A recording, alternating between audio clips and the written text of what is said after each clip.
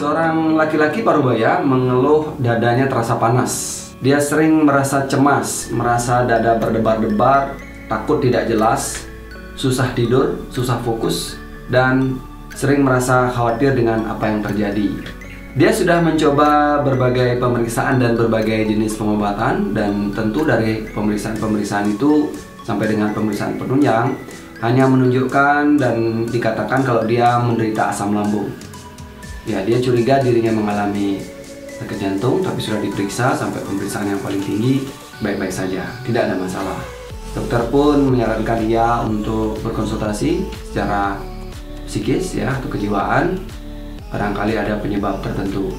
Dari hasil wawancara ditemukan bahwa dia mengalami suatu ketakutan atau kecemasan karena adanya wabah. Dia merasa takut, dia merasa sendiri karena tidak boleh keluar.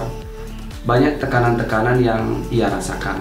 Ya, namun dari kemudian terapi pertama tidak memberikan hasil yang terlalu berarti. Sampai kemudian di terapi kedua diwawancara ulang, ternyata ditemukan ia mengalami suatu perdebatan dengan keluarganya. Ada keluarga dekat yang dalam tanda kutip dia mengalami perselisihan. Perselisihan mana yang membuat dia merasa bahwa dirinya tidak dihargai. Dia memiliki kemarahan di dalam dirinya, dia memiliki suatu penolakan dalam dirinya akan perselisihan dengan keluarga ya. Dan ini tidak bisa dia ungkap. Kenapa? Karena bermasalah dengan keluarga sering kita membuat sepertinya kalaupun kita ngelawan kita akhirnya merasa bersalah. Kalaupun kita diam, itu ada suatu endapan yang sulit sekali diceritakan.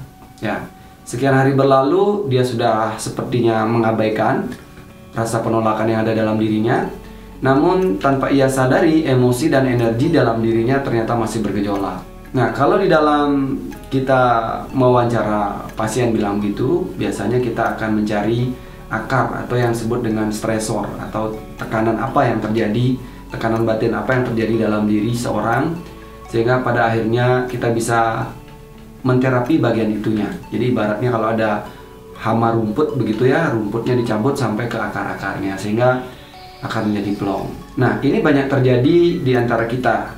Stresor itu bisa dari apa saja. Nah, tapi kali ini saya akan menceritakan stresor khusus yang berhubungan dengan hubungan dengan keluarga ya. Stresor itu bisa tempat kerja, bisa keuangan, bisa penyakit, ya bisa masalah-masalah ringan di jalan ya. Nah, berat ringannya stresor nanti juga berpengaruh terhadap bagaimana reaksi terhadap tubuh kita atau reaksi terhadap kita secara psikis ya. Nah, jadi di poin yang berselisih ini bahwa ketika kita memiliki perselisihan dengan saudara kita atau keluarga kita, di situ ada dua hal yang berperang di dalam. Satu sisi sebenarnya kita sangat menyayangi mereka, ya tidak ada keluarga yang tidak disayang sebenarnya, tapi itu jauh lebih dalam daripada ego ya.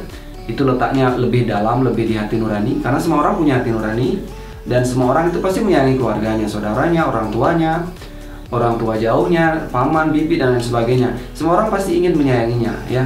Nah, tetapi karena ada perasaan tidak dihargai, misalnya Anda berselisih tentang karang ya, atau kalau di Bali itu namanya semacam rumah begitu ya, pembagian rumah misalnya, atau pembagian waris dan lain sebagainya, itu bisa memicu ada ego kita yang merasa terabaikan, merasa kita itu tidak dihargai, merasa seolah kita tidak dianggap ya. Jadi ini bukan masalah jumlah nominal harta ataupun tanah bentuknya, bukan. Sebenarnya ini adalah bentuk perasaan di mana kita merasa tidak dihargai. Nah, dengan apa kita harusnya membersihkan ini ya?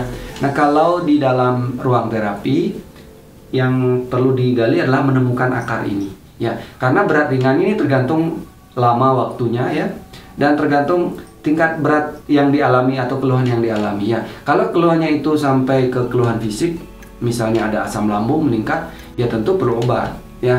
Kalau sampai di energi misalnya atau otot-otot bilang begitu, tentu ototnya juga perlu direlaksasi, tubuhnya perlu direlaksasi. Kalau ada tegangan di energi ya, tentu itu butuh pelatihan nafas namanya. Jadi buat supaya unek-unek energi emosionalnya keluar ya. Nah, kalau itu berakar dari pikiran, artinya dari tadi sudut pandang yang berubah, berbeda, tentu ini harus dirubah juga. Nah, hipnoterapi itu akan membantu orang untuk mengubah sudut pandangnya dan melepaskan emosinya secara emosional ya, merilis.